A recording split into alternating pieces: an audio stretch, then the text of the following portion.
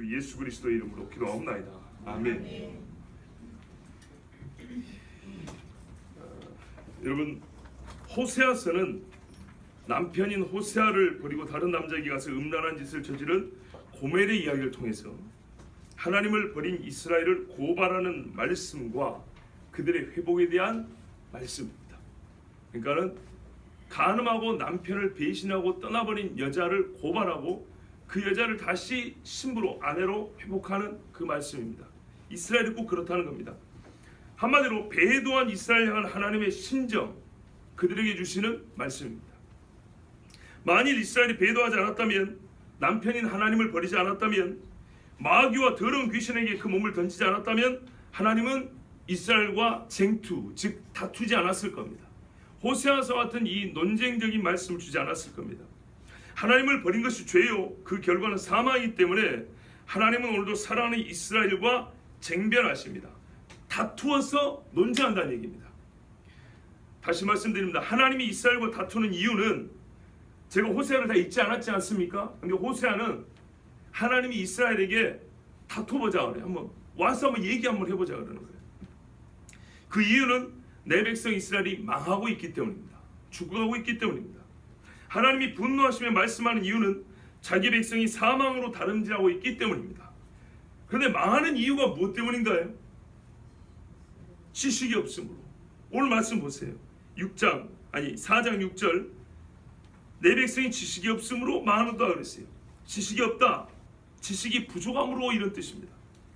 지식이 부족하다는 것이 망함의 결정적인 이유입니다. 지식이 없으므로.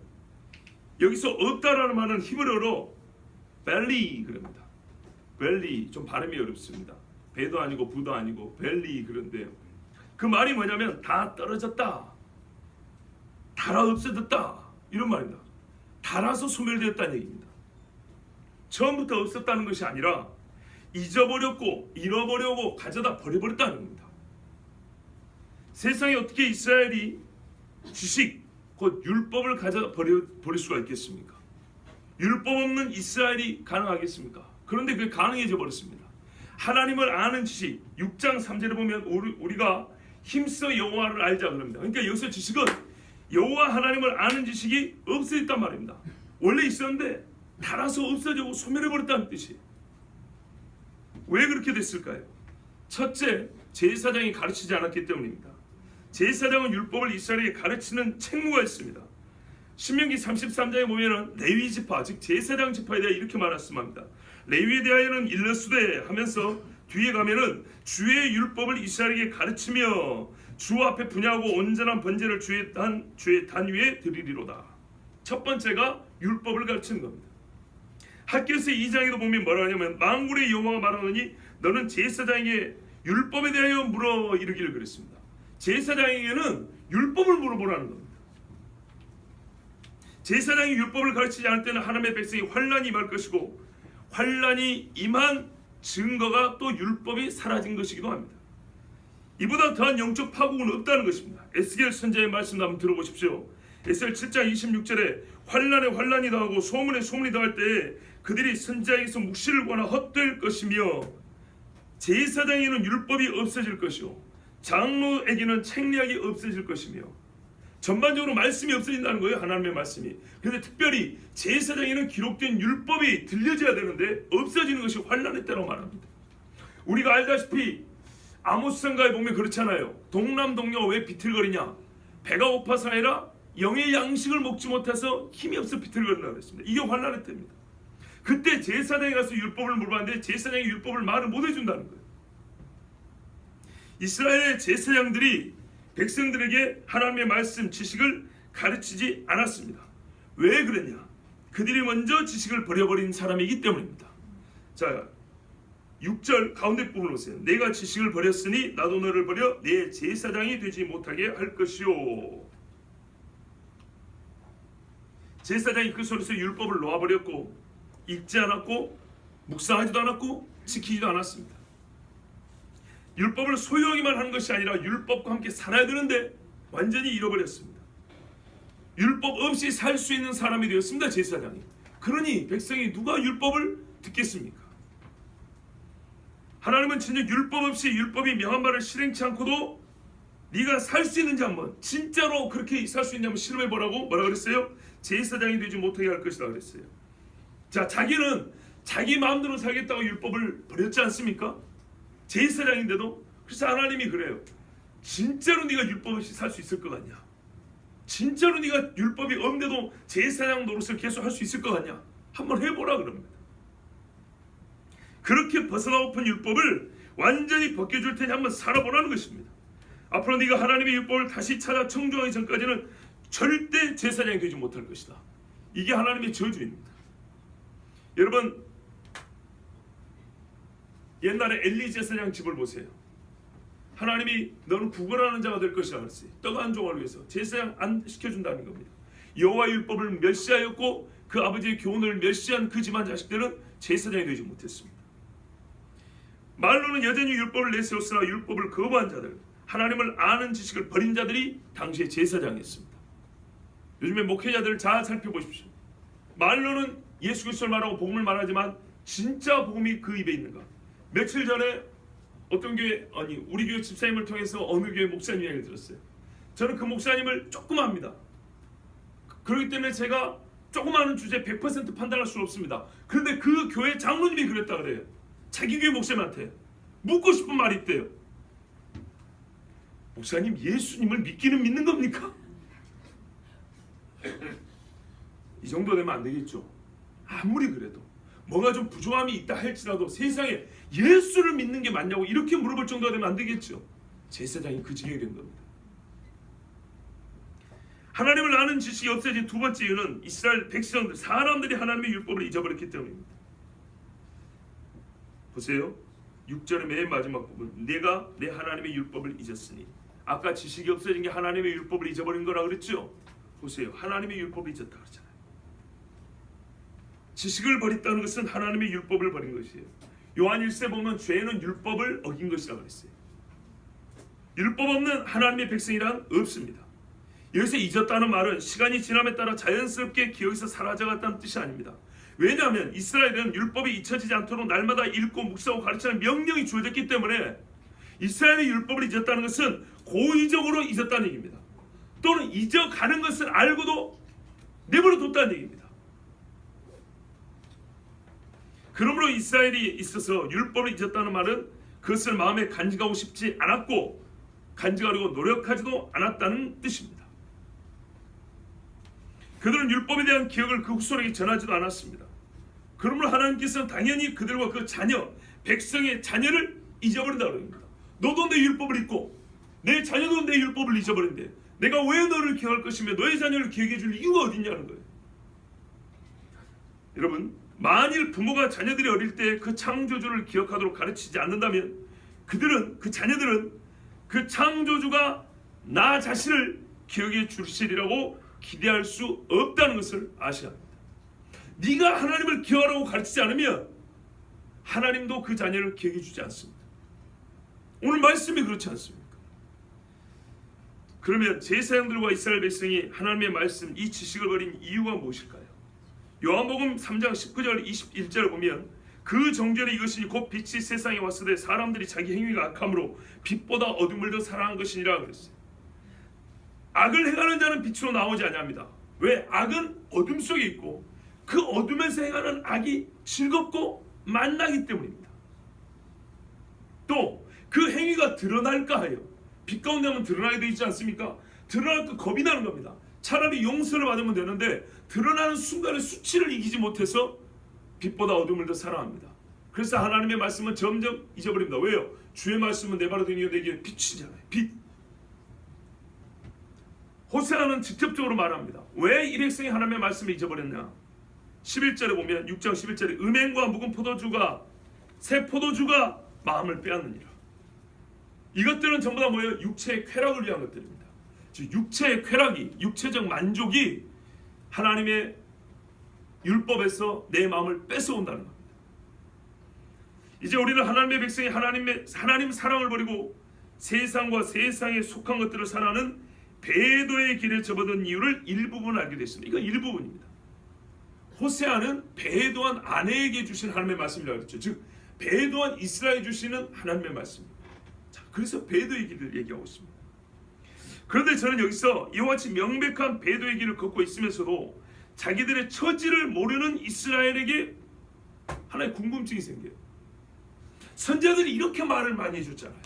호세아서뿐만 아니라 수백 년 동안 수많은 선지자들이 와서 당신들은 하나님을 등지고 떠났다고, 배도의 길을 걷고 있다고 말을 해주는데 왜 몰랐을까요? 알면서도 부정한 경우도 있지만 사실 성경을 가만 보면요, 대부분 몰라요. 자기들이 배도의 길을 걷고 있는지 모르고, 거짓 선지자들도 자기들이 거짓말한다고 아는 사람은 별로 안 되고, 여호와의 영이 나를 떠나 어디로 갔단 말이냐 하면서 기가 차가지고 말이죠, 자기가 전혀 거짓말하고 있다는 걸 모르는 사람이 대부분이에요. 왜 그렇게 됐을까요? 여기서 배도의 길로 미끄러지는 뭐랄까요, 이 첫 바퀴, 자동차의 첫 바퀴가 구르는 시작점이 있다고 생각합니다. 모른다는 것, 자기가 배도의 길에 접어드는 걸 모른다는 것, 어째서 모르게 되느냐는 거죠. 여러분, 선지서를 꼼꼼히 읽어보세요. 자기가 하나님을 버렸다고 생각하는 사람은 없다는 걸 알 수 있습니다. 대체로 이스라엘 사람들은 자기들의 영적 상태에 대해서 양호의 점수를 줍니다. 선지자가 판단하는 것보다는 훨씬 낫다고 생각합니다. 절대 자기들은 망할 일이 없다고 생각하고 죽을 일도 없고 하나님이 자기들이 재앙을 낼 일도 없다고 생각합니다. 여러분, 얼마 전에 전했어요. 고라도 자기가 잘한다고 믿었어요. 고라를 따르던 사람들도 죽을 거라고는 전혀 생각지 못했어요.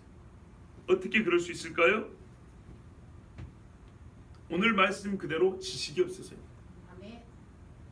하나님의 율법이 여전히 그들에게 있습니다. 법궤 안에 놓여있고 필사에서 각 지방에 보관되어 있고 부한자들과 서기관의 집에는 한 부씩 놓여있는 것이 율법입니다. 그럼에도 그들은 율법이 없는 자들이 되었습니다. 왜요? 제사장도 율법을 안 가르쳤어요? 절기 때마다 율법을 낭독하지 않았어요? 안식일마다 율법을 설교하지 않았어요? 그것이 아닙니다. 다 했습니다. 이스라엘이 가장 거룩할 때나 가장 타락할 때나 공통적으로 들을 수 있는 말은 여호와의 율법에 말씀하시기를, 하나님의 말씀에, 이런 식의 말은 별로 사라지지 않습니다. 그리고 하나님의 이름을 부르는 일도 멈추지 않습니다. 여러분, 거짓 선지자들도 보세요. 하나님이 말씀을 주셨다고요? 하나님을 읊어댑니다. 가장 거룩할 때도 하나님하고, 가장 타락할 때도 하나님 소리 똑같이 한다니까요. 가장 거룩할 때도 절기 때 율법을 읽고요, 가장 타락할 때도 제사 지낼 때 율법을 낭독한단 말이에요. 그들은 형식적으로 보이는 하나님의 이름은 잊지 않았고요, 습관적으로 읽는 여호와의 율법을 버리지는 않았어요. 그러나 실제로 속은 하나님을 떠나게 돼 있었어요. 왜? 율법도 있고 여전히 하나님도 부를 줄 아는 자들이, 그래서 자기들이 죄의 나라로 떨어지고 있고 배도의 길을 걷는지도 알지 못했던 사람들이 끔찍한 배도자가 되었단 말입니까? 그것은 율법을 현실에 맞춰 해석하고 적용하였기 때문입니다. 또 하나님에 대하여 모호한 말들로 채워진 개념을 머릿속에 집어넣고는 그것을 신앙이나 여겼기 때문입니다. 잘 기억하십시오.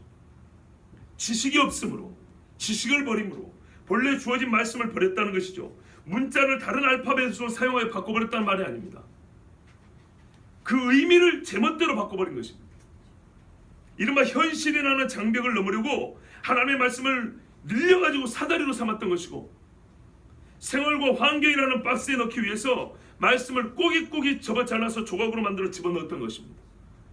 그래도 여전히 말씀의 모양이 남아있고 그 형식과 조각들이 본래 이 말씀의 정체가 무엇이었는지 정도는 알려주고 있기 때문에, 잘라져도 본래 어떤 것이었는지를 알려주고 있기 때문에 이 구겨지고 늘려진 말이 하나님의 말씀이라는 사실을 잊지 않을 줄로 알았어요. 나는 이 조각을 보면 하나님의 말씀인 줄 알아요. 안 잊을 거야. 박스에 넣어둔 다음에 길게 늘리고 사다리로 쓴 다음에도 좀 늘려놨지만 나는 이게 원래 이런 사이즈인 줄 알고 있어, 이런 말씀인 줄 알고 있어, 안 잊을 거야 했지만 잊어버린 겁니다. 왜요? 현실이란, 상황과 환경이란 사람마다 다르고 시대마다 다르고 민족과 국가마다 교회마다 제각각이니 시간이 지날수록 하나님의 말씀은 본래의 모습을 완전히 상실해갈 수밖에 없는 겁니다. 여러분 봐보세요. 여러분마다 각자가 박스가 크기가 달라요. 늘려놓은 사다리 크기가 달라요. 근데 이걸 언제 다시 모아갖고 하나의 말씀으로 원상복구를 시켰습니까? 그것도 매일 써먹는 것인데. 더욱 큰 문제는 이렇게 제멋대로 오리고 잘라붙이고 구기고 늘린 말씀을 자기들의 전통과 나만의 신앙 경험으로, 교회의 신앙 전통으로, 우리나라의 역사로 여기고 그대로 보존하겠다는 굳은 신념에 작동한 결과 때가 이르러 완전히 하나님 말씀이 사라지게 된 것입니다. 이른바 사람의 유전과 장로들의 전통이란 말이 바로 이것입니다. 바리새인과 서기관들은 아무 거리낌도 없이 양심의 가책도 없이 예수님께 공격적으로 물었습니다. 어찌하여 당신의 제자들은 장로들의 유전을 준행치 않냐고 부정한 손으로 떡을 먹나이까? 본래 율법을 가르쳐야 되는 사람들인데요, 이렇게 공격을 했어요. 이에 예수님께서 말씀하셨습니다. 가라사대 이사야가 너희 외식하는 자에 대하여 잘 예언하였도다. 기록하였으되 이 백성이 입술로는 나를 존경하되 마음은 내게서 멀도다. 배도 지어버렸습니다. 사람의 계명으로, 뭘로요? 사람의 계명으로 교훈을 삼아 가르치니 나를 헛되이 경배하는도다. 절대 하나님을 제대로 경배할 수가 없어요. 너희가 하나님의 계명은 버리고 사람의 유전을 지키느니라. 양립할 수 없는 거예요. 또 가라사대 너희가 너희 유전을 지키려고 하나님의 계명을 잘 저버리는도다. 의도적인 버림이에요. 너희가 너희 유전을 지키려고 하나님의 계명을 잘 저버리는도다. 보십시오. 나중에는 어디까지 가는가 보세요. 이때는 배도의 상태이지만 그들은 그것이 하나님을 섬기는 율법이라 알고 있기에 아이러니하게도 하나님의 계명을 버린 것입니다. 마귀는 우리가 직업을 가지든 우리가 어떤 직업을 가지든 큰 관심이 없습니다. 거의 비슷한 말이 반복될 테니까 잘 들어보세요. 마귀는 우리가 어떤 직업을 가지든 큰 관심이 없습니다. 다만 내가 선택한 직업과 직종이 하나님이 택해 주신 것이다, 하나님이 주신 소명이라고 믿기만 하면 그 다음은 알아서 비뚤어지게 되어 있습니다. 마귀는 우리가 어떤 정치적 노선을 취하든 큰 관심이 없습니다. 자신이 믿는 이데올로기를 기독교 신앙의 일부로 여기기만 하면 평생 속고 사는 것이니까 별로 신경 안 씁니다. 무슨 말인지 이해가 잘 안 됩니까? 우리가 민주주의 국가에 사니까 민주주의가 기독교야. 민주주의 정치체제가 성경이 가르치는 정치 이데올로기야. 그렇게 믿기만 한다면 상관없어요. 우리나라 행하는 건 전부 다 우리나라는 기독교 국가니까 우리나라 행하는 것은 다른 나라 행하는 것보다 하나님의 뜻일 거야 라고 생각하고 이렇게 살면 된다 그 말이에요. 마귀는 그걸 너무너무 좋아해요. 이해가 되세요? 이해가 되시면 감사합니다. 그거는 기독교 신앙이 아니고 그거는 성경이 아니에요. 여러분, 마귀는 우리가 어려움을 이기는지 견디지 못하는지에 관심이 별로 없어요. 이게 또 무슨 말인가? 마귀는 우리가 어려움을 못 이기를 원할 것 같죠. 다만 어려움을 겪을 때 기독교인들이 자기 입맛에 맞는 말씀을 찾아 그것으로 위로만 받게 하면 그만이에요. 위로를 견뎌내더라도 자기 입맛에 맞는 말씀을 갖다 붙여서 이겨내면 그것으로 마귀는 기뻐해요. 왜? 앞으로도 계속 이런 식으로 말씀을 써먹을 테니까. 이해가 잘 안 됩니까? 제가 지금 어디에 초점을 맞추는지, 어떻게 우리도 모르는 사이에 배도의 길로 넘어가는지 아시겠어요? 마귀가 어떤 식으로 끌고 나는지 아시겠어요? 그런 식으로 하면 점점 어린아이 같아질 것이니까 마귀는요, 이겨내라 그래요. 말씀 갖다 이겨내라고. 네 입맛에 맞대로 아무데나 막 골라잡아 읽으라는 얘기예요. 마귀는 그리스도인이 서로 사이좋게 지내는지 거리낌으로 만나는지 별로 관심이 없습니다. 이건 또 무슨 말인가요? 화평을 하지 않았습니까? 말씀에 조금만 생각해 보세요. 욕하는 말만 계수할 수 있으면, 네 편 내 편 나누는 일만 계수할 수 있다면 몇 명의 친구로 만들어 줄 수도 있습니다. 이 사람하고는 친해요. 화평해요. 계속 화평을 한다고요. 자기들끼리는요, 우리끼리는 화평하니까 하나님의 뜻을 행하는 줄 알아요. 근데 저 편, 그 편, 저쪽 있는 편하고는 맨날 으르는 거래요. 마귀는 계속 너희들끼리 사이좋게 지내라 그래요. 사이좋게 지내든지 싸우든지 큰 관심이 없어요. 내 편이 곧 하나님 편이라고 생각하기만 한다면, 할 수 있다면. 마귀는 우리에게 충분히 많은 말씀을 줄 수도 있습니다. 넉넉히 쓰고도 남을 만큼 성경을 제공해 줄 수도 있습니다. 실제로 우리에게 성경이 부족하지는 않죠. 우리가 하나님 말씀을 지멋대로 해석하고 제 마음에 맞는 것만 듣고 제가 이해하기 쉬운 것만 듣는다면 마귀는 언제라도 성경을 제공해 줄 겁니다. 마귀는 여러분이 관심을 가지고 목숨을 거는 것에 관심이 없습니다. 내가 관심을 가지고 목숨을 거는 그 일에 마귀는 별로 관심이 없어요. 마귀가 관심 있는 것은 당신이 관심을 가지고 힘을 다해 지키는 그것으로 인하여 하나님 말씀을 떠날 수만 있다면 그 일을 어떻게 강화시키고 그것을 믿음으로 둔갑시키고 그것을 하나님께서 나를 도우시고 있는 일이라고 합리화시켜 그 올매서 빠져나오지 못하게 할까만 관심이 있습니다. 마귀는 진정으로 여러분이 잘 되는 일에는 관심이 없고 여러분의 영혼을 위하여 신경 쓰지 않습니다. 마귀는 여러분의 영혼을 위하여 신경을 써주지 않습니다. 여러분이 망하고 죽는 일에만 관심이 있습니다. 그러나 우리 하나님은 여러분을 살리는 데 관심이 있고 하나님의 종인 나도 여러분을 살리는 데 관심이 있습니다. 아멘. 지식이 없으므로 잘 모르겠습니다는 말은 안다는 말인가요? 모른다는 말인가요? 모른다는 뜻입니다. 세상에는 어느 정도 알면 통하는 일도 있습니다. 그러나 생사가 갈린 문제라면 절대 어느 정도의 지식을 원하지 않을 것입니다. 그렇지요? 조금 더 가르쳐달라고, 제발 가르쳐달라고. 그러니까 어떻게 해서 이 약을 해먹어야 된다는 이야기, 그걸 물어보지 않겠습니까? 예수님에 관하여 사람들은 죽은 세례 요한의 환생이다, 엘리야다, 선지자 중 하나라고 했습니다. 잘 몰랐습니다. 예수님이 이런 고백들을 받으셨습니까? 그들은 그리스도를 아는 지식이 없었습니다. 그렇죠? 하나님은, 예수님은 이 잘못된 지식을 하나도 받아주지 않았어요. 이 정도는 맞지 않았습니까? 안 받아줬어요. 그러나 베드로는 주는 그리스도시요 살아계신 하나님의 아들이신다고 고백하였고, 예수님은 이를 내게 알게 하니는 혈육이 아니요 하늘이신 내 아버지시냐 하고 베드로를 칭찬했습니다. 받으셨어요, 그 고백을. 그래서 교회를 세우셨지 않습니까? 예수님께서는 틀린 고백을 맞다고 인정한 적이 없습니다. 인정상 봐주신 적도 없습니다. 단 한 번도 없습니다. 우리끼리 그 정도면 됐다고 하는 것을 예수님은 받아준 적이 없다는 얘기예요. 왜요? 지식으로는, 그런 지식으로는 구원받을 길이 없기 때문입니다. 만약에 구원을 반이라도 얻을 수 있으면 반이라도 인정해 줬을 거예요. 그러나 예수님께서 인정하신 말들은 어떤 말들이었습니까? 비록 율법 교사가 나중에는 자기를 드러내려고 했지만 그의 말의 앞부분은 옳았다고 인정한 누가복음 10장의 말씀이 있습니다. 어떤 율법 교사 일어나 예수를 시험하여 이르되 선생님 내가 무엇을 하여 영생을 얻으리까? 주제가 뭐라고요? 영생을 얻는 거예요. 예수님이 물어봤어요. 율법에 무엇이라 기록되었으며 내가 어떻게 읽느냐? 대답하여 이르되 내 마음을 다하며 목숨을 다하며 힘을 다하며 뜻을 다하여 주 너의 하나님을 사랑하고 또한 내 이웃을 내 자신같이 사랑을 하였나이다. 예수께서 이르시되 내 대답이 옳도다 이를 행하라 그러면 살리라. 완전히 옳은 말씀만 옳다고 인정해 줬어요. 성경 말씀을 옳다고 인정해 줬어요. 마가복음 12장에 보면 서기관이 예수님의 이 똑같은 말씀에 옳다고 인정을 해줍니다. 예수님이 누가 물어보니까 똑같이 마음을 다하고 뜻을 다하고 힘을 다하고 목숨을 다하여 주 너의 하나님을 사랑하라. 이게 첫째는 계명이요 둘째는 이와 같으니 내 형제를 내 몸같이 사랑하라. 이렇게 말하니까 어떤 서기관이 옳습니다 예수님 이렇게 칭찬을 했어요. 하나님은 한 분이시오 그 외에 다른 이가 없다 하신 말씀이 참이니이다. 또 마음을 다하고 지혜를 다하고 힘을 다하여 하나님을 사랑하는 것과 또 이웃을 제 몸과 같이 사랑하는 것이 전체로 드리는 모든 번제물과 기타 제물보다 나으니이다. 이렇게 예수님한테 대답을 했어요.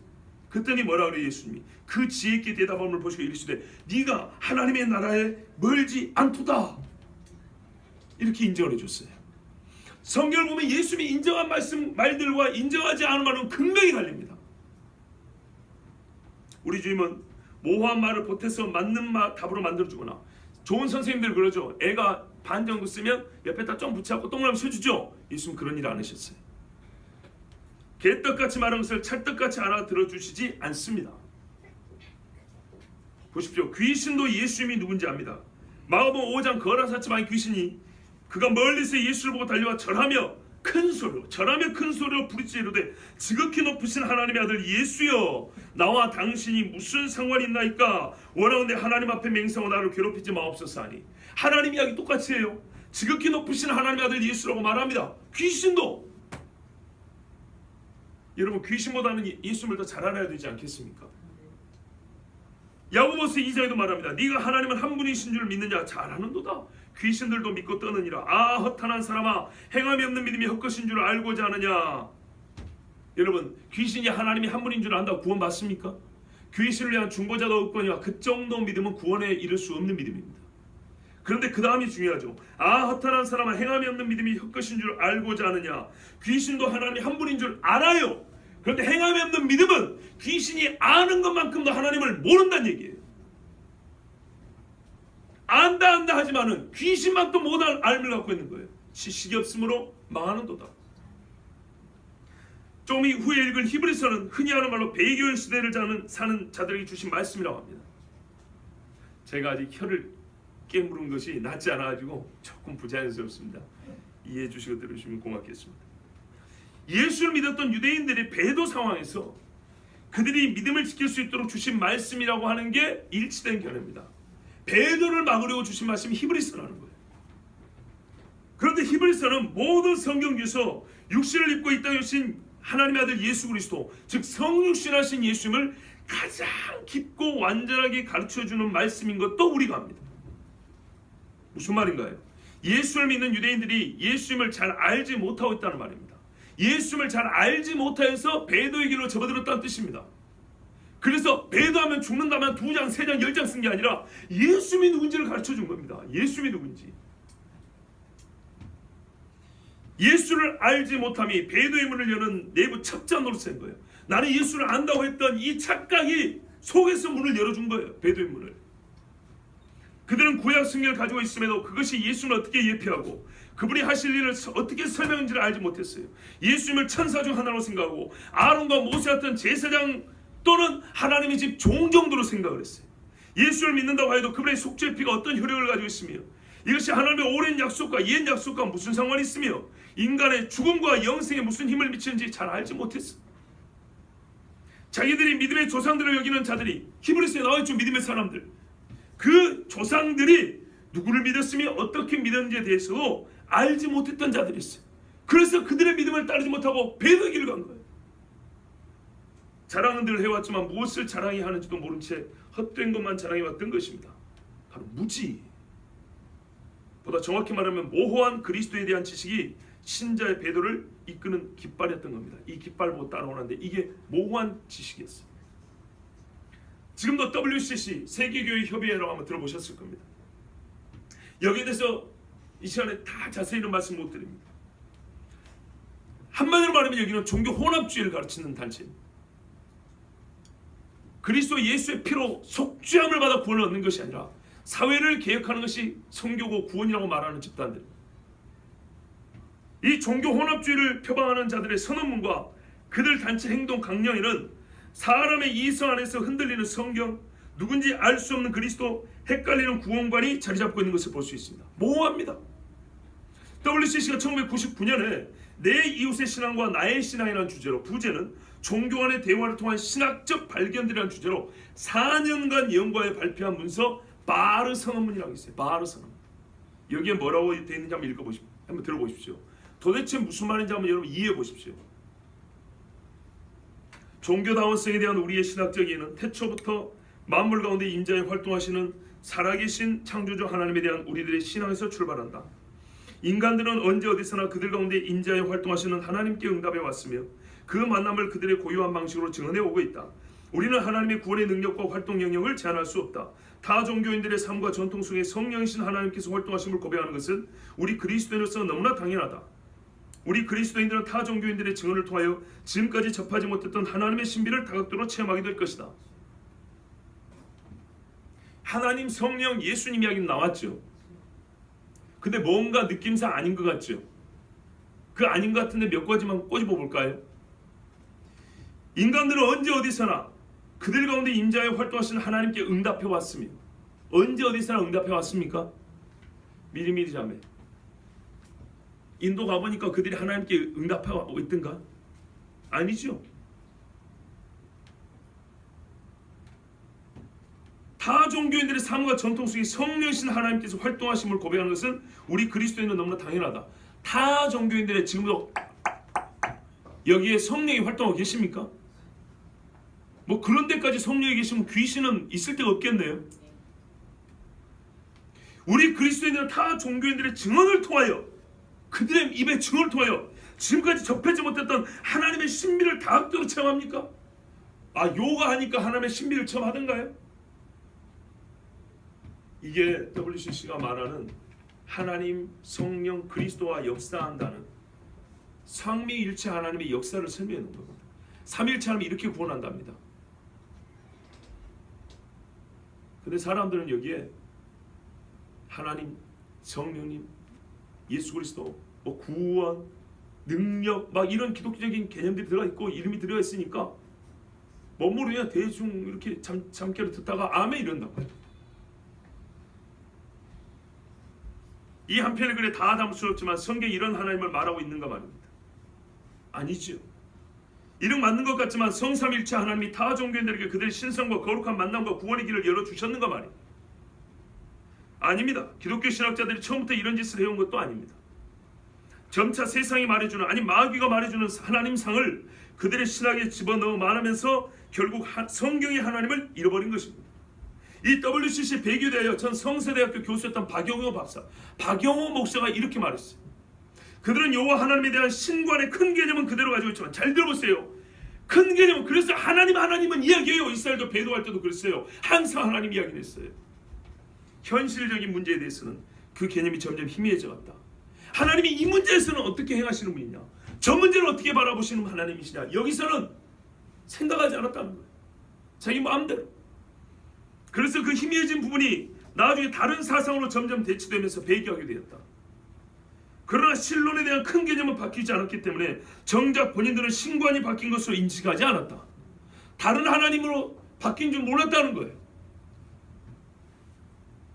나는 살아계신 하나님을 믿어라는 큰 이야기를 갖고 있어요.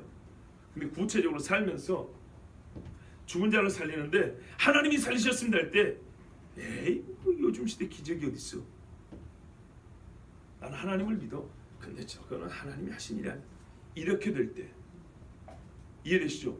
이렇게 될 때 자기도 모르게 진짜 하나님을 잃어버린다, 이런 말이에요. 이처럼 하나님이라는 말을 할 줄 알고 성령의 체험도 있었고, 지금도 예수는 주님이라고 말은 하지만 실상 구체적인 이해와 구체적인 이해에 근거한 판단의 갈림길에서는 제멋대로의 하나님을 만들어 하나님의 뜻이라 말하면서도 자기들은 여전히 하나님을 바르게 믿고 있다고 생각하는 자들에게 주는 경고의 말씀이 여기에 또 있습니다. 누가복음 8장 16절 18절에 누구든지 등불을 켜서 그릇으로 덮거나 평상 아래에 두지 아니하고 등경 위에 두나니 이는 들어가는 자들로 그 빛을 보게 하려 함이라. 숨은 것이 장차 드러나지 아니할 것이 없고 감추인 것이 장차 알려지고 나타나지 않을 것이 없느니라. 그러므로 너희가 어떻게 들을까 스스로 삼가라. 누구든지 있는 자는 받겠고 없는 자는 그 있는 줄로 아는 것까지 빼앗기리라 하시니라. 이름 보면은 선한 행실을 행하라, 빛을 비추라, 그런 말씀 같죠. 그렇기도 합니다. 근데 조금 더 주의 깊게 읽을 필요가 있어요. 무슨 말씀이냐면 하나님 주신 귀한 은사와 지식은 숨기라고 주신 것이 아니라 드러내어 세상을 밝히라고 주신 것입니다. 그러므로 내게 주신 하나님의 말씀이 무엇인지 삼가고 주의해서 들어야 합니다. 그 말씀으로 빛을 비추니까요. 하나님의 공의를 드러내고 악인의 악을 드러내는 빛을 우리가 받았어요. 그리고 빛 대신 말씀을 받아 세상을 밝히는 자는 복이 있어 그가 가지고 있는 것을 그대로 하나님께 받을 것입니다. 5달란트 비유를 한번 생각해보세요. 달란트 비유를 한번 생각해보세요. 그러나 받은 말씀을 잃어버린 자, 주신 말씀을 소유하지 못하고 있는 자는 빼앗길 것입니다. 그가 가진 것을 빼앗길 것입니다. 왜? 불충하였기 때문입니다. 더욱 놀라운 사실은 이 불충한 자는 빼앗길 때야 받은 말씀을 대부분 잃어버린 주제에, 이미 많이 잃어버린 주제에 아직도 여전히 하나님의 말씀을 가슴에 품고 있는 줄로 스스로 착각했다는 것을 깨닫는다는 것입니다. 자, 무슨 말씀이냐? 하나님 말씀을 하면 그 있는 줄로 아는 것까지 빼앗긴다고 했어요. 받은 것을 빛을 비추지 아니하고 하나님의 말씀을 빛대로 살지 않았어요. 그러면서 여전히 자기는 하나님의 말씀이 있다고 생각했어요. 실상 많이 잃어버린 거예요. 많이 잃어버린 거예요. 그래서 100% 있다고도 하나님 인정 안 해요. 너는 많이 잃어버렸고 지금 좀 남았어요. 근데 너는 착각하고 있다고요. 있는 줄로 착각하고 있다고요. 근데 그 착각한 것마저도 하나님이 뺏어버린다는 거예요. 삼손을 기억하세요. 머리가 다 밀린 후에도 여전히 내가 힘을 떨치리라 하고 힘이 남아있는 줄 알았어요.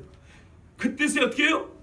잡히고 눈깔이 뽑힐 때야 아하, 하나님의 힘이 나에게서 떠났구나, 이렇게 안다는 거예요. 이 지경이 된다는 겁니다. 어쩔 때요? 받은 빛을 빛으로 행사하지 않을 때, 구체적으로 샘이 밝히는 일을 하지 아니할 때 스스로 어둠에 빠지는 겁니다. 스스로는 하나님의 말씀이 나에게 충만하고 다른 사람보다 훨씬 더 많은 말씀을 알고 있고 그 말씀에 근거하여 나는 살아가고 있다고 생각하는 여러분이, 당신이 실생활에서 내가 닥치고 경험하는 모든 문제에서 하나님의 말씀을 사용하고 검과 같이 휘두르지 않는다면 벌써 많은 말씀을 잃어버린 자라는 것을 인정해야 합니다. 다른 측면에서 말하면 만약에 우리가 하나님의 말씀을 제멋대로 사용하여 자기를 합리화하고 하나님이 주신 말씀을 구체적인 상황에 적용하지 않으면서도 머릿속에 들어있는 몇 가지 신학 주제에 대한 이해와 기억되어 있는 말씀 구절이 남아있는 것과 과거에 한때 좋았던 신앙의 추억 정도로 지금도 나는 여전히 하나님의 말씀을 알고 있으며 그 말씀을 지키려 애쓰는 자라고 생각하면 벌써 많은 것을 잃어버린 자라는 것을 똑똑히 알아야 합니다. 예수와 노를 가려 말할 때 하나님의 말씀을 떠올려 판단하지 않는 사람, 앞으로 가야 할지 뒤로 가야 할지 또는 멈춰야 할지 움직여야 할지 판단을 내릴 시점에서 하나님은 나와 함께 하시만 외쳐댈 뿐, 이와 같은 경우에 성경을 어떻게 하라고 명하시는지 세밀히 읽어보지도 물어보지도 않는 사람, 여러 사람과 기독교와 예수님의 구원사에 대해 말할 때 예수님으로 말미암아 내가 구원받았다만 생각날 뿐 그의 죽음이 어찌 나의 죽음을 대신할 수 있는지에 대해서는 한마디도 대답하지 못하는 사람, 그런 사람은 하나님 앞에서 내가 너를 천국에 들여보내야 할 이유가 무엇이냐고 하나님이 물어보실 때 말을 못하고 벌벌 떨 사람입니다. 누군가 사랑하는 이가 대단한 일을 구사하고 좋아서 입이 떡 벌어져 있을 때 너의 행하고자 하는 바가 무엇이냐? 그의 일은 이러이러하여 하나님의 뜻이다, 이러이러하여 하나님의 뜻이 아니다고 말하지 못한다면,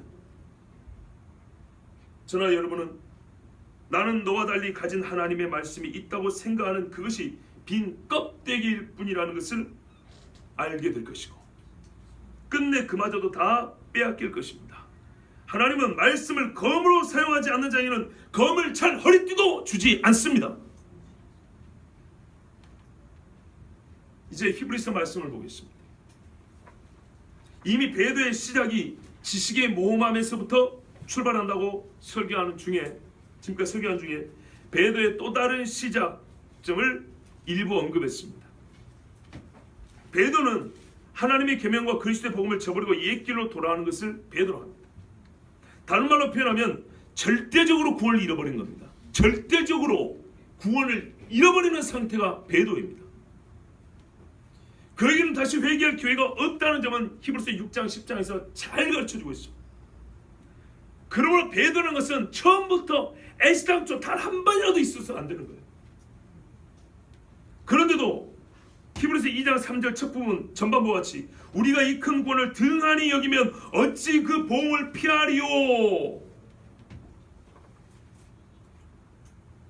구원을 등한히 여겨서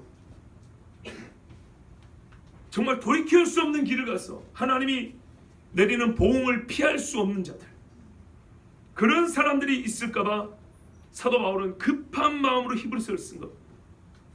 왜요? 배도하지 말라고. 근데 배도하지 말라고 하면서 무슨 이야기 있다고요? 예수님의 성육신 이야기를 해줬다고요. 그러면 왜 이 큰 구원을 잃었는지 아시겠죠? 말씀에 따르면 예수님을 몰랐다는 것인데, 이 예수님에 관한 이야기를 히브리서 2장 1절은 이렇게 한마디로 압축해 말합니다. 들은 것이라고 합니다. 들은 것.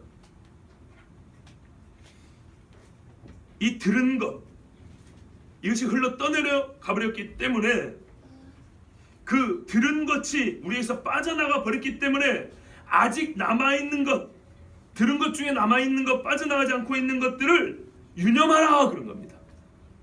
더 열심히 주의를 기울여라, 붙들고 있으라, 이렇게 말한 겁니다. 우리 말을 좀 더 이해하기 쉽게 표현한 겁니다. 이해되시죠? 본문이 무슨 말씀인가? 이미 들은 것이 계속 남아있게 하라. 너의 영혼을 살릴 수 있는 말씀이 주어졌으면 그걸 계속 남아있게 하라는 거예요. 너희 삶을 살아오는 규범과 지표가 되게 하고, 좋아하는 것과 싫어하는 것을 나눈 일에 관여하게 하고, 말씀이요, 어떤 사상보다 위에 있게 하며 누구의 말보다 앞선 자리에 있게 하고, 모든 결정에 있어서 결정적 이유가 되게 하라. 뭐가요? 들은 말씀이. 그럼 들은 것이 무엇입니까? 당연히 하나님의 말씀이지만 몇 가지만 얘기해 볼까요? 이건 사도가 쓴 거니까 사도들이 전한 말씀 중에, 사도행전 2장 36절에 베드로가 말합니다. 그런지 이스라엘 온 집은 확실히 알지니 기억하라 줬어요. 너희가 십자가에 못 박은 이 예수를 하나님이 주와 그리스도가 되게 하셨느니라. 예수는 주와 그리스도다. 여기서부터 했어. 사도행전 20장 28절 31절에 여러분은 자기를 위하여 또는 온 양떼를 위하여 삼가라. 성령이 그들 가운데 여러분을 감독자로 삼고 하나님이 자기 피로 사신 교회를 보살피게 하셨느냐. 이거는 에베소 교회 장로님들에게 한 얘기예요. 내가 떠난 후에 사놓은 이리가 여러분에게 들어와서 그 양떼를 아끼지 않으며 또한 여러분 중에서도 제자들을 끌어 자기를 따르게 하려고 어그러진 말을 하는 사람들이 일어날 줄을 아노라. 그러므로 교회 장로는 어찌해야 되냐. 여러분이 일깨어 내가 3년간 밤낮 쉬지 않고 눈물로 각 사람을 훈계하던 것을 기억하라 그랬어요. 공교롭게도 저도 여러분의 3년 동안 여러분을 훈계해왔습니다. 훈계라는 말 너무 불쾌하게 듣지 마세요. 말씀의 말을 그대로 쓴 겁니다. 3년 동안이나 각 사람을 눈물로 각 사람을 훈계하던 것을 기억하라. 이게 들은 겁니다. 교회가. 고린도전서 15장 31절 34절에 부활에 관하여서는 형제들아 내가 그리스도 예수 우리 주 안에서 가진 바 너희에게 대한 나의 사랑을 두고 단언하노니 나는 날마다 죽노라. 내가 사람의 방법으로 에베소에서 맹수와 더불어 싸웠다면 내게 무슨 유익이 있으리요. 죽은 자가 다시 살아나지 못한다면 내일 죽을 터이니 먹고 마시자 하리라. 속지 말라. 이런 식으로 가르치는 것을 속지 말라 가르쳐줬어요. 악한 동무들은 선한 행실을 더럽히나니 깨어 의를 행하고 죄를 짓지 말라. 하나님을 알지 못하는 자가 있기로 내가 너희를 부끄럽게 하기 위하여 말하노라. 이게 사도들이 들려준 거였어요. 조금만 더 볼게요. 디모데후서 3장에는 뭐라 합니다. 우리가 잘 아는 말씀. 우리 그리스도 예수 안에서 경건하게 하고자 살고자 하는 자는 박해를 받으리라. 이게 사도들이 준 것이에요. 악한 사람들과 속이는 자들은 더욱 악하여서 속이기도 하고 속기도 하나니 그러나 너는 배우고 확실한 일을 거하라. 배우고 확실한 일을 거하라. 너는 내가 누구에게서 배운 것을 알면 또 어려서부터 성경을 알아나니 성경은 너희 너로 하여금 구원에 이르는 지혜가 예수 그리스도를 믿음으로 말미암아 구원에 이르는 지혜가 있게 하느니라. 모든 성경 하나님의 감동된 것으로 교훈과 책망과 바르게 의로 교육하여 유익하니 이는 하나님의 사람을 온전하게 하며 모든 선한 일을 행하기에 완전하게 하려 합니다. 형제들아 때와 데살로니 후서에는 형제들아 때와 시기에 관하여는 너에게 쓸 것이 없음은 이건 뭐예요? 종말에 관한 이야기. 주의 날이 밤에 도둑같이 이를 줄을 너희 자신이 자세히 알기 때문이라.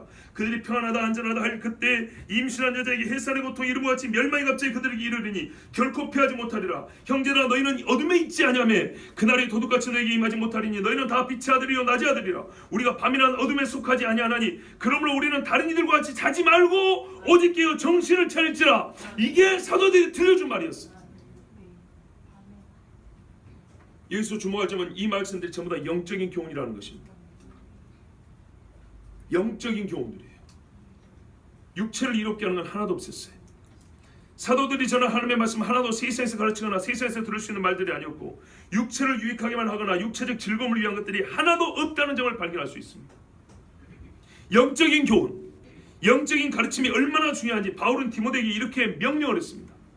네가 이것으로 형제를 깨우치면 그리스도 예수의 선한 일꾼이 되어 믿음의 말씀과 네가 쫓는 선한 교훈으로 양육을 받으리라. 망령되고 허탄한 신화를 버리고 오직 경건의 일을 연습하라. 육체의 연습은 약간의 유익이 있으나 경건은 범사에 유익하니 금생과 내생의 약속이 있느니라. mit보다 이 말이여 모든 사람이 받을 만하도다. 그러므로 어떻게 하냐. 바울이 디모데에게 목회자인 디모데 너는 어떻게 해야 되냐. 이를 위하여 우리가 수고하고 진력하는 것은 우리 소망을 살아계신 하나님께 두미니 곧 모든 사람 특히 믿는 자들의 구주시라. 네가 이것들을 명하고 가르치라.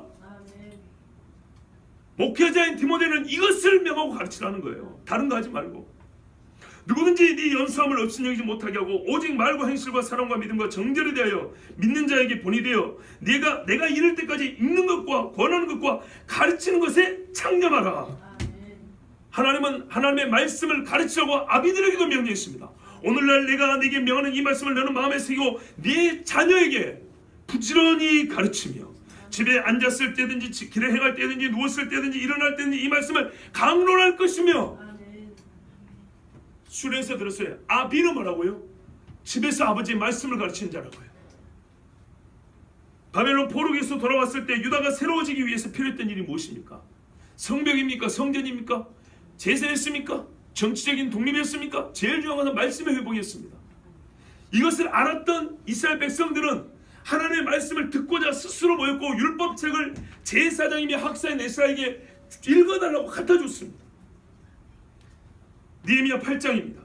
이스라엘 자손이 그 본성에 가했더니 예루살렘 말합니다. 7월에 이르러서는 나팔절과 속절과 초막절이 있는 절기입니다. 새해이기도 합니다. 모든 백성이 일제히 수문 앞 광장에 모여 학사 이스라엘에게 여호와께서 이스라엘에게 명하신 모세 율법책을 가지고 오기를 청하매, 말이 좀 잘못됐군요. 율법책을 좀 가져와 달라고 한 거예요. 왜? 제사장이 율법책을 갖고 있으니까. 학사 이스라엘과 모든 백성에 있어서 저희 목전에 책을 펴니 책을 펼 때 모든 백성이 일어서니라. 이래서 옛날에는 봉독이라고 한 거예요. 봉독의 한자가 받들어 있는다는 거예요. 요즘같이 건방지게 이짓거리 하는 게 아니에요. 잘못했군요. 핸드폰 보고 이렇게 하는 게 아니에요.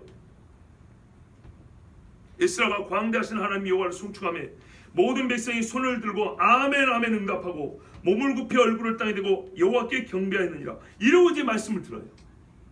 말씀을 듣고 나서 말하냐, 백성이 율법을 깨닫게 하는데 하나님의 율법책을 낭독하고 그 뜻을 해석하여 백성으로 그 낭독하는 것을 다 깨닫게 하네. 백성이 율법의 말씀을 듣고 다 우는지라. 나는 얼마나 이 장면이 진짜 감격적인지 몰라요. 하나님의 말씀을 받들어 읽을 때 눈물이 나오는 시절이 여러분 언제였습니까? 눈물이 마르면은 하나님과 교제가 끊어지고 있다는 증거로 삼으셔야 합니다. 모든 백성이 곧 가서 먹고 마시며 나누어주고 크게 즐거웠어요. 이 눈물 다음에 제사장과 총독과 레위 사람들이 가서 위로를 합니다. 이제는 울지 마라. 여호와의 거룩한 성회가 아니냐. 말씀을 들었으니 이제 기뻐하자. 그래서 하나님 앞에 회개하고 온 다음에는 어떻게 해요? 먹고 마시고 크게 즐거워하였으니 이는 그 읽어 들린 말을 밝히 알미니라.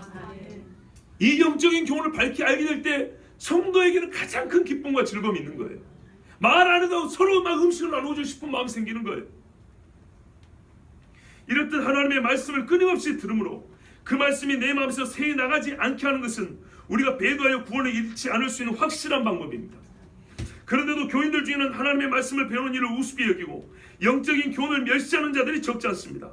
말씀 없이도 잘할 수 있다는 생각, 하나님 말씀이 현실에 무슨 능력이 있나는 의심, 하나님의 말씀이 영적인 영역만 상관있고 물질 세계는 나름의 내 방식이 있고 세상의 방식이 있다는 이분법적인 살고, 그러나 이 모든 영적 교훈의 멸시 이유를 한마디로 요약하면 실제 삶과 무관하다는 생각 때문입니다.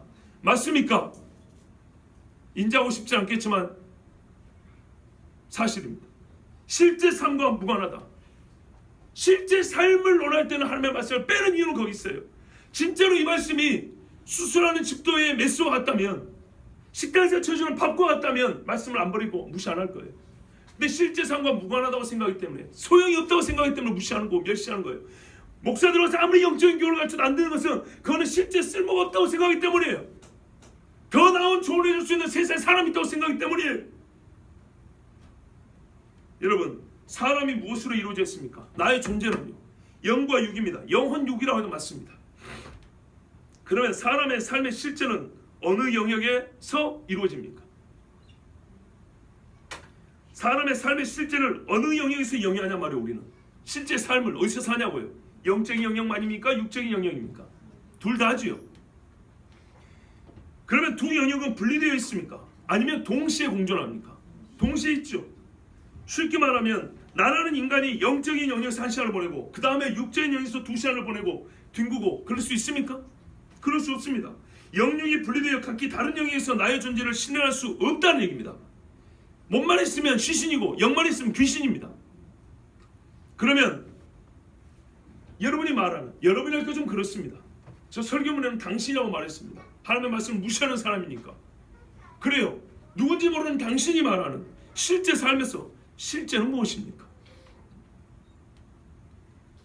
속으로 말하는 말을 입으로 표현하면, 여러분이 보통 실제 삶이라고 하는 그 실제를 표현하면 나는 영적 존재가 아니다는 말이 됩니다. 왜? 우리가 말하는 실제는 물질세계만 얘기하잖아요. 그렇지 않습니까? 보통 실제의 삶을 때는 실제는 물질로만 생각하잖아요. 그러면 그 말은 뭐냐면 나는 물질세계만 산다는 거죠. 난 영적인 존재가 아니라고 말하는 거예요.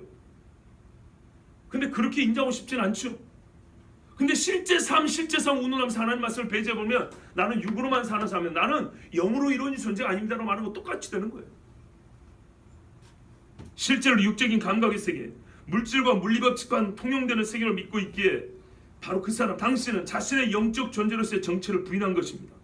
그렇지 않다면 어찌 영적인 교훈을 무시하는 것입니까? C.S. 루이스가 쓴 스크루테이프의 편지라는 책이 있습니다. 이 책은 큰 악마가 조카 악마에게 사람을 다루는 법, 사람을 지옥으로 끌고 가는 법을 알려주는 편지로 쓰여진 책입니다. 스스로 믿음이 있다고 여기게 만들어서 불신의 상태로 배도의 길을 가는데도 여전히 자기가 믿음의 상태에 있다고 이렇게 믿게 만들어서 지옥에 떨어뜨리는 법에 대하여 쓴 편지입니다. 그 내용 중에 이런 말이 있습니다. 너는 무슨 일이 있어도, 삼촌 악마가 조카 악마에게 해주는 거예요. 너는 무슨 일이 있어도 그의 시선을 감각적 경험의 흐름에 붙들어 두어야 해. 그것이야말로 실제의 삶이라고 믿도록 가르치되 실제가 무슨 뜻인지는 절대 묻지 못하게 하거라. 삼촌 악마는 조카 악마에게 사람들로 하여금 영적 교훈을 듣지 못하게 하는 방법, 그들을 여전히 감각 세계만 실제라고 믿게 만드는 방법에 대해서 가르쳤어요. 첫 번째 뭐라고요? 실제가 무엇인지 물어보게 하는 거예요. 아까 보셨잖아요. 물어보면 실제는 영과 육이 다 있어요. 근데 안 물어보게 하고 감각만 실제라고 그냥 막연히 믿게 살게 하는 거예요. 여전히 이 감각 세계만 실제라고 믿게 하는 방법에 대하여 삼촌 악마가 가르쳐줍니다. 어떻게 하면 되는지 잘 들어보세요. 우리가 거꾸로 말하면 여기에 속으면 안 된다는 거예요. 자, 이렇게 말해요. 자기가 이런 경험을 했대요. 삼촌 악마가 진짜 실제를 깨달을 뻔했던 사람을 못 깨닫게 했던 방법, 감각에만 머물게 했던 방법이 뭔지 가르쳐주고 있어요. 얼마나 진짜 실제적인지 한번 들어보세요. 나는 즉시 이 깨달으려고 할 때 나는 그 즉시 내가 제일 만만하게 쥐고 흔들 수 있는 부분을 건드리면서 점심을 좀 먹어야 할 때가 아니냐고 일러주었다. 그러니까 누가 영적인 교훈을 주려고 할 때 지금 점심시간 됐는데 밥이나 먹고 갑시다, 이렇게 마음을 불러일으켰다는 거예요. 보아하니 원수는 예수님을 말하는 거예요. 마귀 입장이니까 즉시 반격에 나서서 이 문제는 점심보다 훨씬 더 중요하다고 말하는 것 같더구나. 당연히 밥은 먹어야죠. 근데 지금 시간이 없으니까 이거 먼저 좀 듣고 먹읍시다. 이렇게 예수님은 일을 하신다는 거예요. 예수 믿는 사람 통해서. 그래서 이렇게 맞장구를 쳤대요. 속에서 마귀는 뭐라고 말하냐면요, 알았어요. 중요하다는 거 알았어요. 중요하니까 오전이 다 끝나는 짜투리 시간에 생각하기엔 너무나도 중요한 문제잖아요. 그러니까 조금 더 시간을 많이 갖고 얘기합시다. 다음번에. 이런 식으로 다시 마귀는 마음을 불러일으켰다는 거예요. 이해되시죠? 그러자 이 환자의 안색이 눈에 띄게 밝아진 걸 보았대요. 이 영적인 교훈을 듣기 싫었던 사람이 지금 이거 중요한 문제니까 듣자고 한 사람한테 대답할 말이 생긴 거예요. 듣기는 싫은데 뭐라고요? 그래, 그 중요한 거니까. 너무 중요해. 나도 알지, 인정하지. 그러니까 이 짜투리 시간을 할 게 아니고 다음에 시간을 많이 갖고 얘기합시다. 됐죠? 이러면서 씩 화들한 거예요. 망인이 이런 식으로 진짜 들어야 할 시간을 놓치게 만든다는 거예요. 이때를 놓칠세라 점심 먹고 와서 개운한 머리로 다시 생각하자고 얼른 덧붙이니까 벌써 저만치 문 쪽으로 걸어가더라. 빠이빠이 간다. 환자가 누군지 알겠죠? 사람을 말합니다. 마귀가 쥐고 있는 환자가 거리로 나섰을 때쯤에는 이제 예수 믿는 사람이 지금 이 중요한 복음 좀 들읍시다 할 때 밥 먹고 합시다. 밥 먹는 이상한 일 하지 말고 나중에 합시다. 빠이빠이 이러고 문을 열고 나갔어요. 문을 열고 딱 나가니까 뭐가 있어요? 옛날에 신문파리도 있었고 시내버스도 지나다니죠. 그것을 보게 된 거예요. 환자가 거리로 나섰을 때쯤에는 이미 전세가 내 쪽으로 확연히 기울어져 있었다. 나는 석간신문이 나왔다고 외치는 신문파리 소년과 거리를 지나는 73번 버스를 보여주었지. 앞에 샥 보여준 거예요. 요즘으로 하면 이쁜 여자애를 하나, 아가씨를 한 명 보여주었지. 비싼 차를 타고 가는 어떤 신사를 이렇게 보여주었지. 이런 거죠. 눈이 돌아가겠다는 거예요. 그리고 그가 계단을 다 내려서기도 전에 머릿속에 굳건한 확신 하나를 단단히 심어주었다. 어떤 확신이냐? 보세요. 문을 나가자마자 현실 눈에 보이죠. 73번 버스 보이고 신문팔이 보이고 이쁜 아가씨 지나가지. 그죠? 멋진 양복 입고 있는 신사 보이지. 저 부럽다. 이렇게 눈이 돌아가죠. 그때 딱 드는 생각이 뭐겠어요? 확고한 신념? 이게 현실이지. 보세요. 혼자 방구석에 처박혀서 책을 읽고 있을 때는 온갖 괴상망측한 생각이 다 들 수 있지만 마귀가 하는 말이에요. 다시요. 혼자 방구석에 처박혀서 책 성경을 읽고 있을 때는 온갖 괴상망측한 생각이 다 들 수 있지만 영적인 것이 뭐니, 구원이 뭐니, 영생이 뭐니 이런 생각이 다 들 수 있겠지만 정신이 번쩍 드는 이 건강한 실제 삶, 신문팔이 소년과 버스를 앞에 둘 때에는 그따위 관념들이 무슨 의미가 있느냐는 확신 말이야. 환자 자신도 그때가 위험한 고비였다고 느낀 모양인지 말로 형용할 수 없는 현실의 체감이야말로 혐오스러운 일개 논리로부터 우리를 보호해주는 궁극적 안전장치라는 말을 훗날 입버릇처럼 뇌까리곤 했다. 무슨 말이에요? 이 영적인 교훈을 한낱 쓸데없는 논리, 혐오스러운 논리가 이 말로 형용할 수 없는 이 체감을 주는 이 현실을 어떻게 더 뛰어나고 더 중요한 문제라고 그걸 말할 수 있겠냐는 거예요. 깐딱했으면 내가 거기 빠질 뻔했네, 이렇게 계속 말하더라는 거예요. 물론 그 환자는 지금 우리 아버지 집에 안전히 가고 있지. 아버지가 누굴까요? 사탄을 말합니다. 지옥에 들어있다 이 말입니다. 아버지 집이 지옥이죠. 사탄이니까. 이제는 내 말을 좀 알아듣겠느냐? 수세기 동안 우리가 쉬지 않고 공작해온 덕분에 이제 사람들은 눈앞에 펼쳐지는 친숙한 일상에 눈이 팔려 생소하기만 한 미지의 존재는 믿지 못하게 되어버렸다. 하나님의 존재는 안 믿어요. 그러니 계속해서 사물의 일상성을 환자에게 주입해야 해. 이것이 큰 마귀가 작은 마귀에게 가르쳐준 환자를 자기 아버지 집 지옥으로 떨어뜨리는 교훈입니다. 이것도 영적이죠. 죽이는 영적 교훈입니다. 눈에 보이는 사물이 실제입니까? 육이 느낄 수 있고 육체적 만족을 주는 것들만이 진짜입니까? 그것만이 나를 나들게 합니까? 아닙니다. 사람은 영적인 존재입니다. 스스로 인간인 나를 격화시키지 마세요. 나를 육적인 존재로 만들라고 격화시키지 마세요. 우리는 육으로만 되어 있지 않고 영으로 존재하며 영적 세계와 상관하여 존재하고 영적인 영향을 미칠 수 있고 영향을 받기도 하며 영적 측면에서 일어나는 일이 나의 본질과 영원한 운명을 결정짓는 사람입니다. 에베소서 6장에서 보여주는 싸움은 혈과 육에 대함이 아니라 하였습니다. 끝으로 너희가 주 안에서 그 힘의 능력으로 강건해지고 마귀의 관계를 능히 대적하기 위하여 하나님의 전신갑주를 입으라. 우리의 씨름은 혈과 육을 상대하는 것이 아니요 통치자들과 권세들과 이 어둠의 세상 주관자들과 하늘에 있는 악의 영들을 상대함이라. 그러므로 하나님의 전신갑주를 취하라. 이는 악한 날에 너희가 능히 대적하고 모든 일을 행한 후에 서기 위함이라 그랬습니다. 무슨 싸움이라고요? 누구를 대한다고요? 영들을 대합니다 그랬어요. 그러나 악한 영들을 상대하는 나는 누굽니까? 나는 영입니까? 아닙니다. 나는 육입니까? 아닙니다.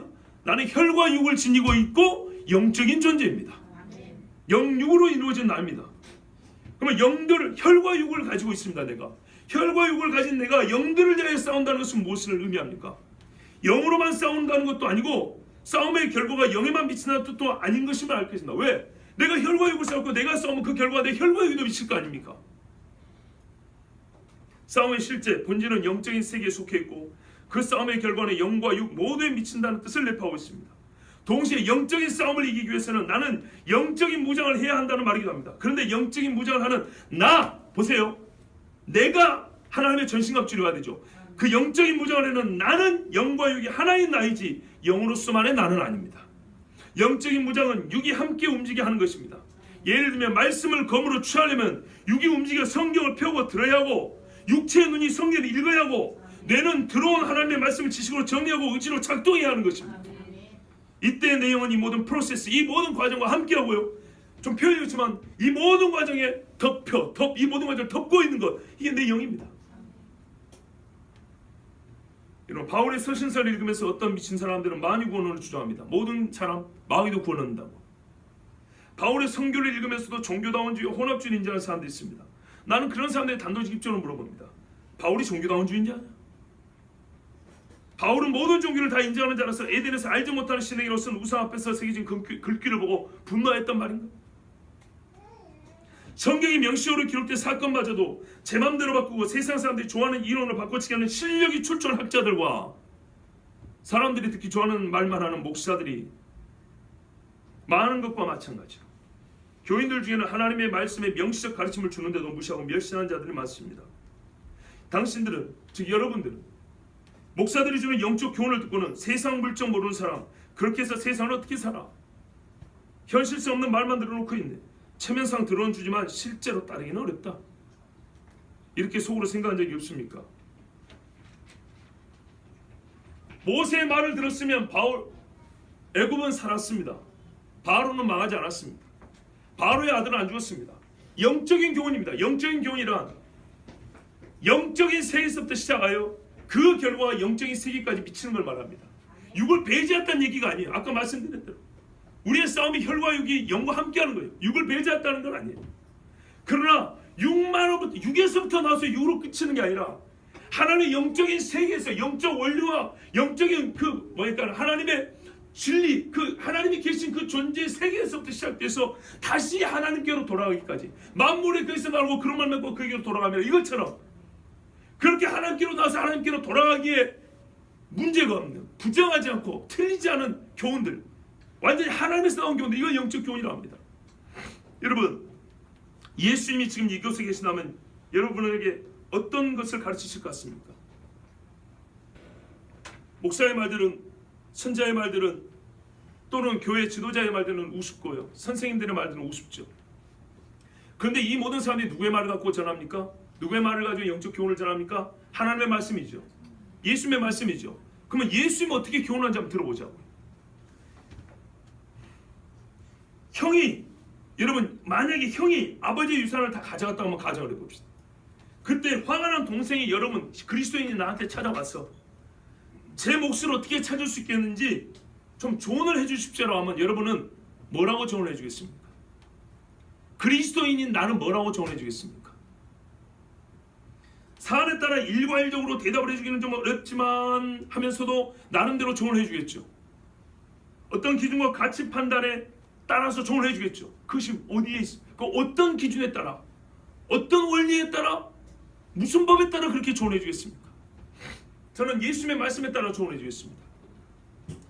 예수님이 이렇게 말씀하셨어요. 똑같은 사안에 무리 중에 한 사람이 이르되 선생님 내 영을 명하여 유산을 나와 나누게 하소서하니 이르시되 이 사람아 누가 나를 너희의 재판장이나 물건 나누는 자로 세우느냐 하시고 그들에게 이르시되 삼가 모든 탐심을 물리치라 사람의 생명이 그 소유에 넉넉한 데 있지 아니하니라 하시고 이걸 확실히 가르쳐 주겠어. 또 비유로 그들에게 말해 이르시되 한 부자가 그 밭에 소출이 풍성함에 심중에 생각하여 이르되 내가 곡식 쌓아둘 것이 없으니 어찌할까 하고 또 이르되 내가 이렇게 하리라 내 곡간을 헐고 더 크게 짓고 내 모든 곡식과 물건을 거기 쌓아두리라 또 내가 내 영혼에게 이르되 영혼아 여러 해 쓸 물건을 많이 쌓아두었으니 평안히 쉬고 먹고 마시고 즐거워하자 하리라 하되 하나님은 이르시되 어리석은 자여 오늘 밤에 내 영혼을 도로 찾으리니 그러면 내 준비한 것이 누구의 것이 되겠느냐 하셨으니 자기를 위하여 재물을 쌓아두고 하나님께 대하여 부요하지 못한 자가 이와 같으니라. 현실의 문제를 가져왔어요.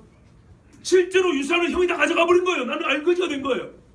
그때 예수님이 하신 교훈이 이겁니다. 이 말씀 듣고 재산을 한 푼이나 받을 수 있겠습니까? 근데 이게 예수님이 준 교훈이에요. 내 인생에 달린 문제에서 예수님이 준 교훈이란 말이에요. 그렇다면 그리스도인은 어떻게 교훈을 줘야 되겠습니까? 예수님이 이 사람이 알거지 되게 바라는 게 아니에요. 문제는 더 큰 문제를 뭐냐면 탐심이 있었다. 탐심이 해결되지 않으면 네 형의 것을 100% 다 뺏어왔더라도 이거는 너에게 망하는 거라는 거예요. 진짜 이 사람을 사랑하고 살리기 위해서 예수님은 탐심의 문제부터 지적을 해준 거예요. 이게 여러분을 살리는 하나님의 주신 영적인 교훈이고 진리의 말씀이에요.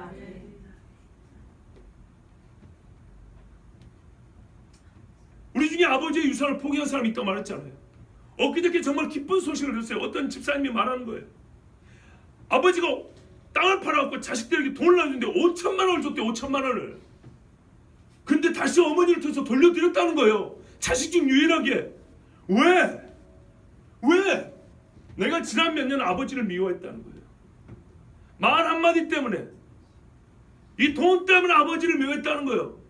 이제는 나는 아버지를 미워하고 사랑한다는 거예요. 회개에 합당한 열매가 나타나지 않았습니까? 여러분 기쁘지 않으세요? 제가 그랬어요. 아버지가 훗날 더 큰 걸 줄 겁니다. 여러분이 아버지라면 안 주겠어요? 안 준다 할지라도 이게 얼마나 큰 즐거움이냐는 거예요. 바로 이렇게 살라고 하나님은 영적 교훈을 주시는 겁니다. 예수님의 가르침의 핵심은 무엇입니까? 무엇이 생명을 위하여 유익한가입니다. 예수님의 말씀은 현실에 떨어집니까? 이게 현실입니다. 다니엘의 말을 들었으면 느부갓네살은 미치지 않았을 거예요. 다니엘의 말을 일찍이 들었다면 벨사살은 그날 밤에 죽임을 당하고 나라를 뺏기지 않았을 거예요. 요셉의 말을 들었던 애굽의 바로는 자기 체면을 내려놓고 말이죠. 요셉의 말을 들었던 애굽은 흉년을 지나 풍년에 진짜 부강한 나라가 될 수 있었어요. 실제적 유익이 없는 추상적이고 종교적 교훈에 머물러 있는 말씀입니까? 그렇다면 하나님께 대하여 부여하지 못한 자와 같이 탐심을 계속 키워나가 보십시오. 믿는 것이 많은가, 얻는 것이 많은가, 잃는 것이 많은가, 한 10년 후 한번 그렇게, 10년 동안 그렇게 살아보시고 10년 지난 다음에 셈해 보십시다. 아니요, 지난 10년을 한번 셈해 보자고요.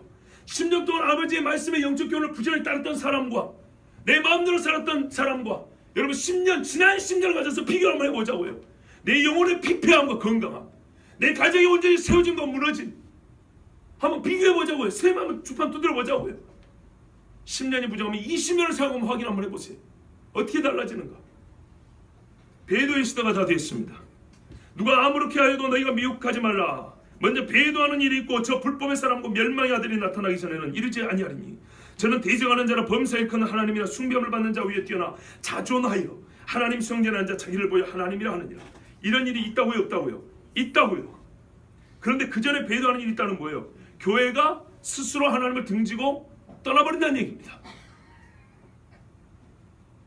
지혜로운 자는 배도의 무리에 들어 고라와 같이 죽고자 하지 않을 것입니다.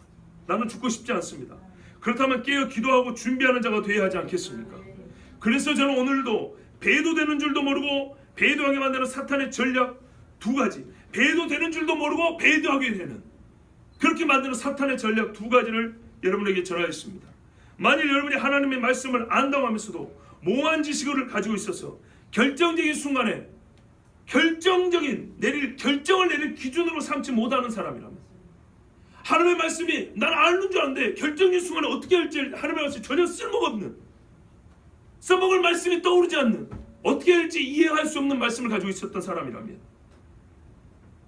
여러분 배도의 가능성이 큰 사람입니다. 이스라엘이 그렇게 배도했어요. 만약 여러분이 하나님의 말씀을 실제 아무런 쓸데가 없다는 식으로 영적 교훈을 멸시하는 자는 반드시, 성경에 따르면 반드시 그런 사람은 구원을 이룰 것입니다. 그러므로 저는 하나님의 종으로서 여러분을 살리고자 생명을 얻고도 풍성히 얻게 하고자 분명한 지식으로 영적 교훈을 전하였습니다. 얼마 전에 이 새벽에 다 가고 난 다음에 가끔 저의 진실한 기도가 나옵니다. 하나님 앞에 울면서 기도했어요. 왜냐하면 저도 모르게 생각나는 장면이 있었기 때문에. 우리 용빈이 말할 때, 중학교 다닐 때부터 친구들과 선생님과 주변의 사람들에게 지금까지 미움받고 요거도 해왔던 일이 쫙 지나는 거예요. 제 지금까지 사는 중에 처음이었어요. 왜냐하면 일부러 그런 생각 잘 안 합니다. 교만해질까봐. 그런데 그냥 자연스럽게 쫙 지나는데 내용들은 뭐냐면 하나님의 말씀을 전하는 거였어요. 목회자가 되기도 전에 그리스도인으로서 이것은 하나님의 말씀 볼 때 이것이 아니다. 이 사람 분명히 안 좋아할 줄 알아요. 어떤 사람은 좋은 경우도 있고 어떤 사람은 싫어하는 경우도 있어요. 그런데 이거를 정말 전해야 되겠어. 결과가 뭔지 알아요. 이 사람이 나에게 어떻게 반할 줄도 알아요. 그렇지만은 내가 진짜 하나님의 말씀이 있고 예수를 믿는 사람이라면 이걸 안 전할 수가 없는 거예요. 그래서 어릴 때부터 지금까지 30년 동안 해왔던 게 쭉쭉쭉 지났는데 생각보다 많은 거예요. 말하자면 생각보다 많이 미움을 받았던 거예요. 근데 나도 인간이기 때문에 그게 꽤 서러웠던 모양이죠. 마음이 울컥하면서 이런 거예요. 내가 왜 사람에게 미움을 받았으며, 왜 하지 않아도 될 소리를 했으며, 왜 저 사람들이 싫어할 줄 알면서도 나를 왜 끈질기게 집요하게 들어보라고 말했습니까? 나를 위해서 했습니까? 그랬으면 하나님은 안 했습니다. 하나님이 살아계시고 하나님의 말씀이 진리니까, 진짜로 이 말씀을 들어야 사니까 그랬던 것이 아닙니까? 하고 울었어요. 지금도 역시 마찬가지입니다. 여러분, 하나님의 말씀을 분명히 아시기 바랍니다. 모호한 것은 쓸데가 없어요. 실제 내가 영과 육으로 이루어진 사람이라면 영의 세계가 실제 중에 실제예요. 베드로도 말합니다. 우리가 예수 그리스도를 믿는다는 것은 우리 믿음의 결국 곧 영혼의 구원을 받음이라 그럽니다. 그러므로 저는 오늘 전한 이 말씀의 핵심을 잘 담고 있는 영적 교훈, 말 그대로 우리를 살리는 베드로 말씀의 영적 교훈을 베드로 사도의 전한 말씀으로 대신 전하며 오늘 설교를 마칩니다. 베드로전서 1장 3절부터 11절 말씀입니다. 들은 말씀에 비추어서 잘 들어보시 바랍니다. 그의 신기한 능력으로 생명과 경건에 속한 모든 것을 우리에게 주셨으니 이는 자기의 영광과 덕으로서 우리를 부르신 이는 알므로 말미암음이라. 그의 신기한 능력으로 생명과 경건에 속한 모든 것을 우리에게 주셨으니 이는 자기의 영광과 덕으로서 우리를 부르신 이를 알므로 말미암음이라. 이로써 그 보배롭고 지극히 큰 약속을 우리에게 주사 이 약속으로 말미암아 너희가 정욕 때문에 세상에서 썩어질 것을 피하여 신성한 성품에 참여하는 자가 되게 하려 하셨느니라. 그러므로 너희가 더욱 힘써 너희 믿음의 덕을 덕의 지식을 지식의 절제를 절제의 인내를 인내의 경건을 경건의 형제의 우애를 형제의 우애의 사랑을 더하라. 이런 것이 너희에게 있어 흡족한즉 너희로 우리 주 예수 그리스도를 알게 게으르지 않고 열매 없는 자가 되지 않게 하려니와 이런 것이 없는 자는 맹인이라 멀리 보지 못하고 그의 옛 죄가 깨끗하게 된 것을 잊었느니라. 그러므로 형제들아 더욱 힘써 너희 부르심과 택하심을 굳게 하라. 너희가 이것을 행한즉 언제든지 실족하지 아니하리라. 이같이 하면 우리 주 곧 구주 예수 그리스도의 영원한 나라에 들어감을 넉넉히 너희에게 주시리라. 아멘. 이 말씀대로 이 분명한 말씀대로 믿고 삶을 살아가 주의 영원한 나라에 함께 들어가시기를 예수님으로 축복합니다. 아멘. 기도하겠습니다. 거룩하신 아버지 하나님, 오늘 우리에게 정말 배도의 물결이 닥쳐오는 이 시대에 우리의 영원한 생명의 말씀을 믿고 우리가 얻은 이 구원을 지키기 위하여 하나님 말씀 주시니 감사합니다. 참으로 이 작은 죄인은 작고 주님 앞에 부끄러운 허물이 많은 죄인이지만 하나님께서는 나도 살리고 우리 모든 성도들도 살리기 위하여 하나님의 말씀을 모호하게 알지 말고 정확하게 알고 여호와의 말씀을 멸시하지 마라, 영적 교훈을 멸시하지 마라, 우리 주님 말씀하여 주셨습니다. 이제는 아버지 큰 개념으로만 하는 하나님의 말씀이 아니라 구석구석에 비출 수 있는 빛으로 여호와의 말씀을 알게 하여 주셨고 현실에 살다 보니 내가 이때를 이기려고 견디려고 하다 보니 어쩔 수가 없었다고 말하지 아니하고 오히려 하나님의 말씀을 지키기 위하여 내 현실을 바꿀 수도 있고 참을 수도 있는 믿음의 사람들이 되게 하여 주시옵소서. 우리의 실제 삶은 육에만 있지 아니하고 영에 있습니다. 영과 육이 함께하여 나는 하나님의 형상 사람입니다. 주 영육이 강건하게 하여 주옵소서. 그러나 순수는 살아난 자여 내 영혼이 잘된 것이 내가 범사에 잘된다 하였사오니 우리가 영혼이 잘 될 수 있도록 항상 영적인 교훈에 귀를 기울이고 마음을 여는 하나님의 백성들 다 되게 하여 주시옵소서. 그리하여 베드로 사도를 통하여 주신 말씀대로 이 모든 것이 흡족한즉 주께서 주시는 영원한 나라에 넉넉히 들어감을 얻으리라. 하나님 이 말씀이 우리의 것이 되게 하여 주시옵소서. 예수 그리스도의 이름으로 기도하옵나이다.